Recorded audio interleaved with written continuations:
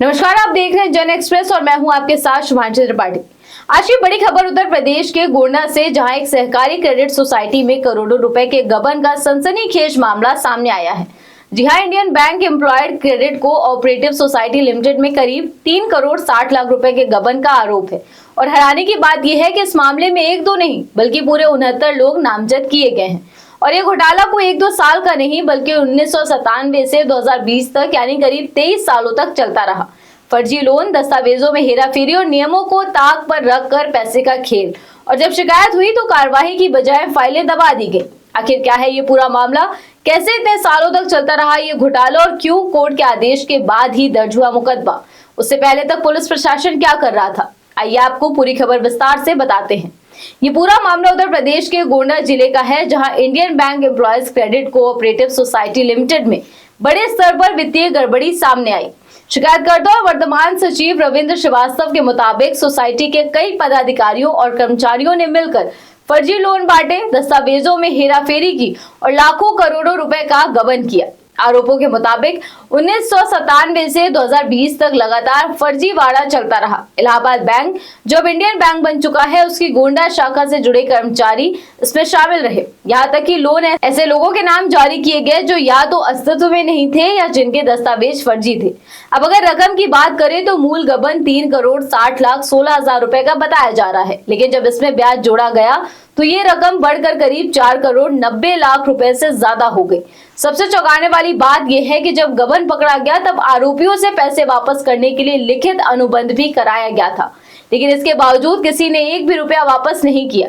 यानी साफ है कि न सिर्फ घोटाला हुआ बल्कि बाद में उसे दबाने की भी कोशिश की गई। अब सवाल उठता है कि कार्यवाही में देरी क्यों हुई।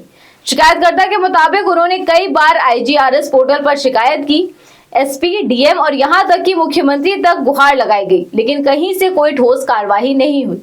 यहाँ तक कि स्थानीय स्तर पर जांच में भी गबन की पुष्टि हो चुकी थी। रोडवेज चौकी प्रभारी की रिपोर्ट में साफ तौर पर कहा गया कि धन गबन हुआ है, फिर भी मुकदमा दर्ज नहीं किया गया। क्यों? क्योंकि उस समय यह कहकर मामला टाल दिया गया कि तत्कालीन सचिव राजीव कुमार के खिलाफ LDM स्तर पर जांच चल रही है, यानी जांच का बहाना बनाकर FIR को रोका गया। जब हर स्तर पर शिकायत के बावजूद कार्रवाई नहीं हुई, तब सचिव रविंद्र श्रीवास्तव को कोर्ट का दरवाजा खटखटाना पड़ा और कोर्ट के आदेश के बाद ही कोतवाली पुलिस ने 69 लोगों के खिलाफ धोखाधड़ी की धाराओं में मुकदमा दर्ज किया। इनमें शामिल हैं तत्कालीन सचिव, वरिष्ठ प्रबंधक, हेड कैशियर, प्रधान रोकड़िया और अन्य कर्मचारी। कोतवाली नगर के कोतवाल बिंदेश्वरी मणि त्रिपाठी के मुताबिक इस मामले में मुकदमा दर्ज कर लिया गया है और गंभीरता से जांच की जा रही है। लेकिन यहाँ भी सवाल वही है, जब पहले ही जांच में गबन की पुष्टि हो चुकी थी तो FIR दर्ज करने में इतना वक्त क्यों लगा? क्या इस दौरान सबूतों से छेड़छाड़ की गई? क्या किसी बड़े दबाव के चलते मामला दबाया गया?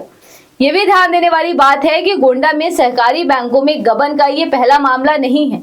हाल ही में यूपी कोऑपरेटिव बैंक की एक शाखा में भी 21 करोड़ 47 लाख रुपए से ज्यादा के घोटाले का खुलासा हुआ था। यानी साफ है कि सहकारी संस्थाओं में वित्तीय निगरानी और पारदर्शिता को लेकर गंभीर सवाल खड़े हो रहे हैं। इस पूरे मामले में जो सबसे बड़ा सवाल उठता है वो है सिस्टम की जवाबदेही का। इतने सालों तक फर्जी लोन कैसे पास होते रहे? ऑडिट सिस्टम क्या कर रहा था? अधिकारियों को इसकी भनक क्यों नहीं लगी, या फिर ये सब कुछ जानते बूझते हुए होने दिया गया?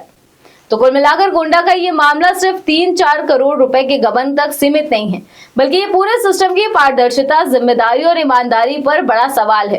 क्या 23 साल तक चलता रहा ये घोटाला सिर्फ कुछ कर्मचारियों की करतूत है, या फिर इसके पीछे कोई बड़ा नेटवर्क काम कर रहा था? अब जब कोर्ट के आदेश पर मुकदमा दर्ज हो चुका है तो उम्मीद है कि जांच सही दिशा में आगे बढ़ेगी और दोषियों को सजा मिलेगी। लेकिन सबसे जरूरी बात कि ऐसी घटनाओं से सबक लेकर सिस्टम को मजबूत किया जाए ताकि आम लोगों का भरोसा बना रहे। फिलहाल आज इस खबर में बस इतना ही। देश दुनिया की ऐसी तमाम जरूरी खबरों को जानने के लिए आप देखते रहिए जन एक्सप्रेस। धन्यवाद।